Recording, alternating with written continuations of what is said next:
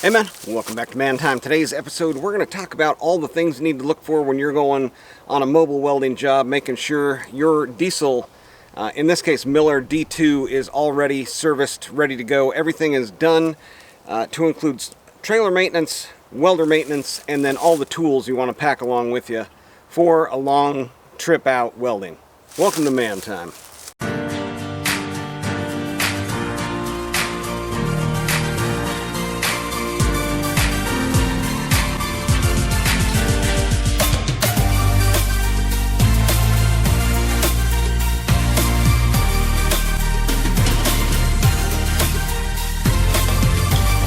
So, a little history on this welder. I ended up picking this up, oh boy, 6-8 years ago, something like that, from a retired welder or a father-son team anyway.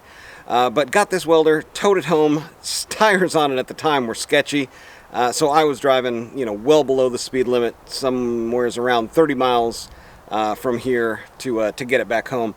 And when I first got the thing, I went through and serviced everything, did an oil change, did a fuel filter, did an air filter, just went through everything, making sure it was fully functional. I've been using it a lot lately to get all of the uprights for the barndominium mezzanine, and now I've got all of the steel cut, all of the steel is up there. It is going to be a weld-in-place unit versus kind of a engineered building where it's going to be bolt together. So I'm going to be using the heck out of this thing, and it's pretty much going to live up there from now on. So I want to go through all the service to the machine, to the trailer, and then all of the tools that I'm going to need while I'm up there. Let's do a little walk around and just kind of see what we're working with starting out, and just the basic state of things. All right, so here is the trailer, and this one has got a 2-inch ball on it. And just looking at the frame, making sure there's no damage or cracked welds or anything. It looks like it is a really nicely well-built, kind of beefy trailer. Fenders good, dual axle. Both of these tires managed to hold air, but the tires are not in great shape, especially this one. It is all cracked and dry rotted. You can see here I've already started some of the maintenance, draining the oil and getting it ready. But right under the hood here, a couple things you're going to be looking for is like major leaks, anything, that could be kind of going wrong. Right off the hop, I'm seeing like I've got a little bit of an exhaust leak there, and I've got some oil seeping out. It looks like from the rear of the valve cover, or the valve cover gasket has kind of given way on the back side there. But you've got your fuel filter. Fuel filter is right up here. I've got that cross-referenced to a Wix number I'll give you here, and then the oil filter right down here. And again, I've got that crossed over to a Wix. I believe that one is, 51515. And then that one is like a cav pump. So you've got a cav injection pump here and a cav fuel filter housing there. But that, again, has a Wix crossover part that works for it. The air filter is stuffed back up in there, and that one is, I've got a Wix part number on that one too I can give you if you want it, but that one is a single bolt. Unscrew that, take the filter out, and just either change it or make sure that it is in good shape. And then you've got, of course, the welding unit here, all the leads. You want to make sure, all these are tight and where they're supposed to be, making sure all your connections are connected, and nothing is kind of like loose on there. Coming around to the back side of the trailer, it's a nicely well built, heavy duty, steel trailer. Of course, I've got all of the labels on there for operation, since it is kind of faded and stuff like that. Coming back around on this side, you've got old tire rims to hold all your welding leads and ground. And under the hood on this side,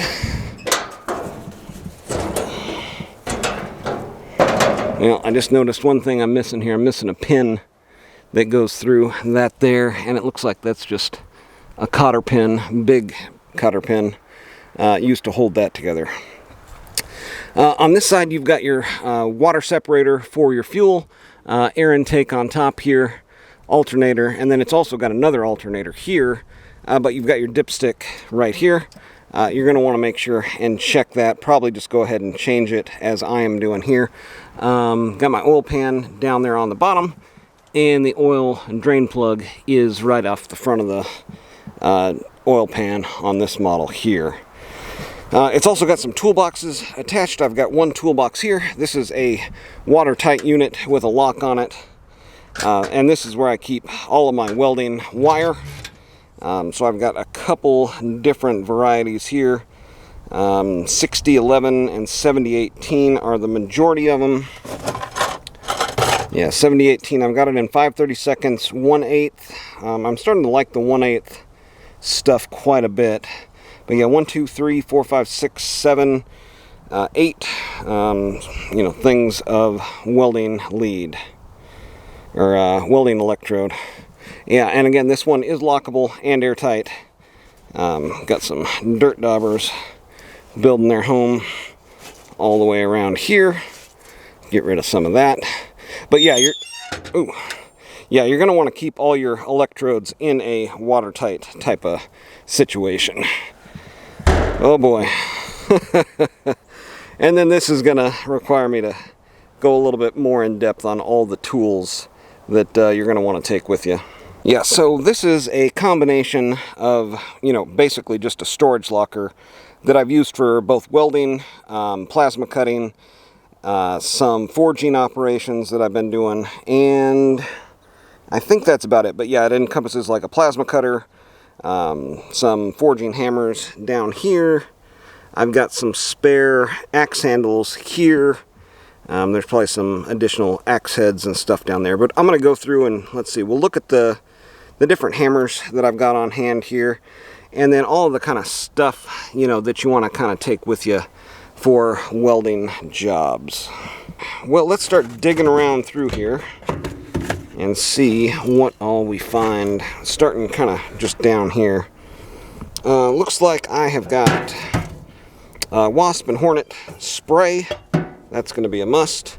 Some clamps. I've got some hold down clamps here. Of course, got the 90-degree, 45-degree magnet, big one there, and I've got a couple more of those. Extension cord.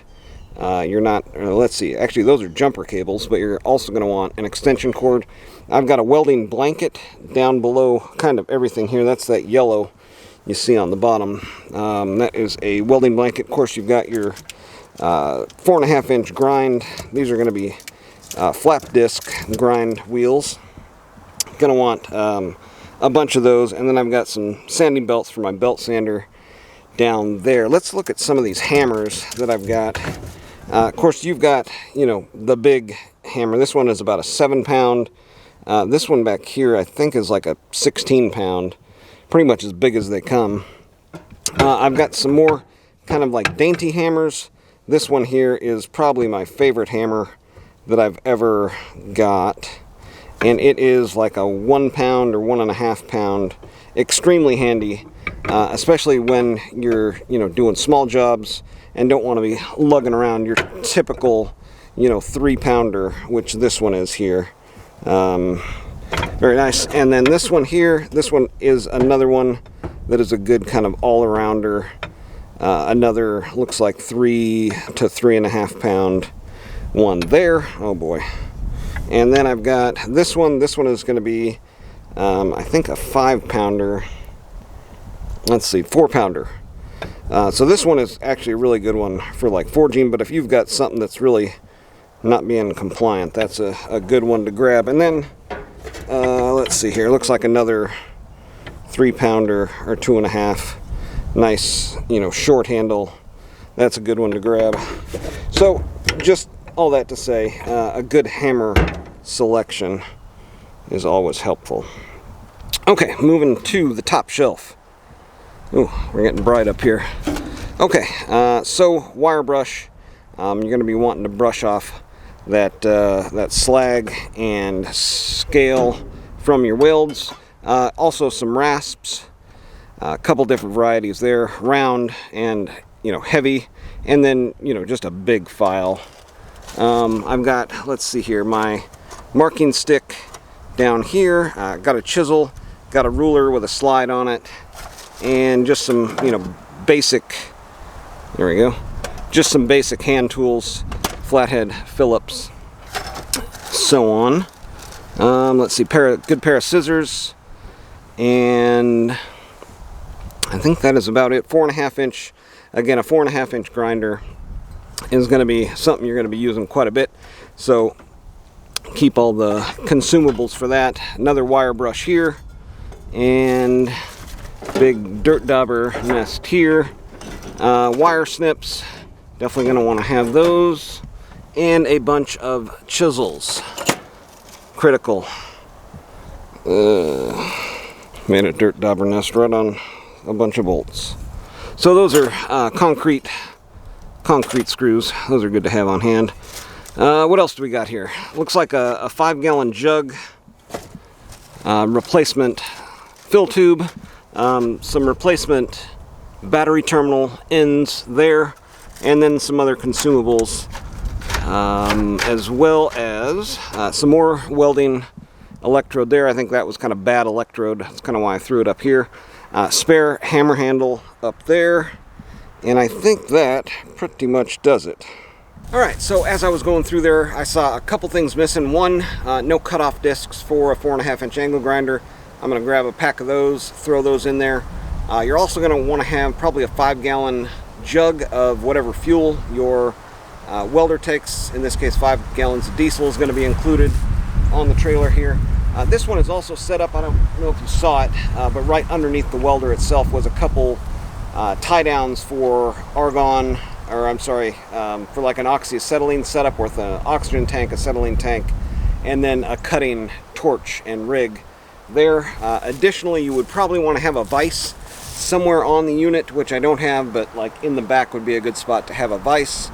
Like I said, 4.5 inch angle grinder. I've got a cordless one I'm going to be primarily using, but it'd be nice to have a corded one as well, again with an extension cord, because the welder, not only produces the welding, but also electricity. So yeah, I'm going to go ahead and change this oil out and then see if it'll start up. One other thing I forgot to mention there was a backup welding hood. If your job depends on you being able to weld, and your current welder is dependent on a battery, you're going to want to have a backup hood and definitely a backup battery. There has been a couple times where I go to weld and just burn my eyes out from the welding hood battery going dead. So definitely have a spare battery and probably a spare hood. It was funny when I first when I first taught myself how to weld. I went ahead when I was in college. I think it was like my first year. I was waiting tables and used the money that I got from tips leading up to Christmas and through Thanksgiving and Christmas, through the holidays. There, people are a little bit more generous with their tips, and the restaurant I was working at was at the mall, and it was pretty packed, during the holidays. So I went ahead and bought a welder, and I spent a lot of money on a good welder. I've still got the welder. It's a Miller 135, that runs off of 240. But ended up getting that welder. Spent my load on the welder, and then couldn't afford, a good hood, because those were, more than I wanted to pay at this welding shop. So I ended up getting just the goggles with the flip down deal, and I was welding a tube cage on my buggy, and well, it was a Jeep at the time, and so I was welding stuff like rock guards and stuff like that before I turned it into a full buggy. But the night after I got done, like from wherever the deal was, I was so sunburned it hurt for a week. So just a little story there. Make sure you're masked up with a good hood, and if you are going to run the goggle style make sure you've got a bandana on your face. Okay, this one is being a little stubborn. Get a bite on it here. Yeah, there it goes. Oh yeah. Okay.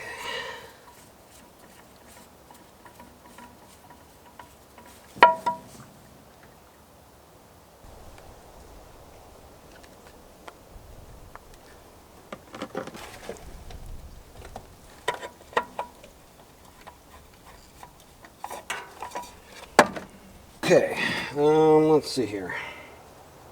Yeah, so this is, I think I got a good deal on this at like Tractor Supply or Atwood's, one of the farm and ranch stores. But I did want to mention the last oil change. So I've only changed the oil on this one time, and it's been like 5 or 6 years, whatever it is. But yeah, so the oil was dirty, and the oil leak, I did notice that, but I've been checking the oil, and the oil level has never really gone down. So I hadn't really worried about it too much, you know.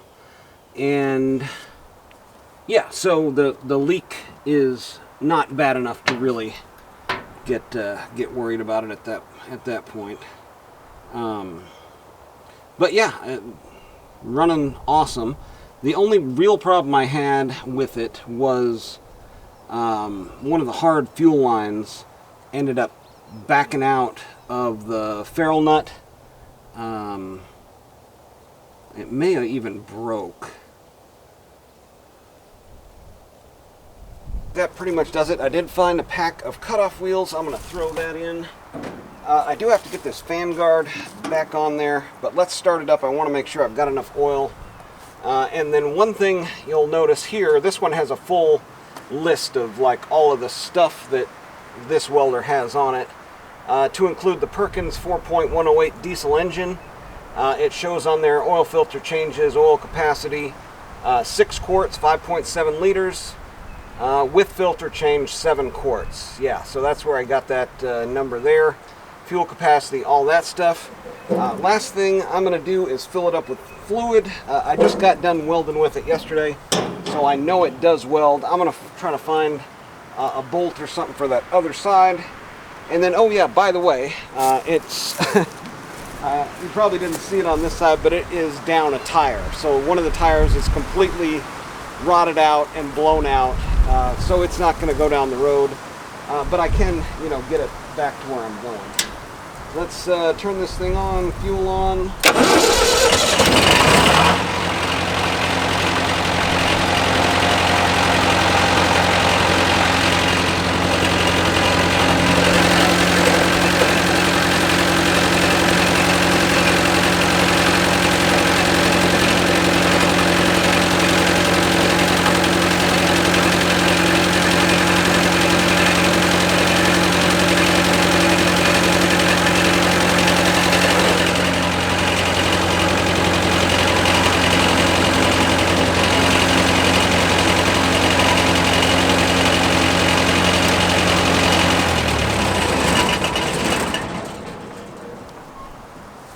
Okay, well, I'm going to recheck that oil, make sure we're looking good there for the fluid level after it's cycled through the filter.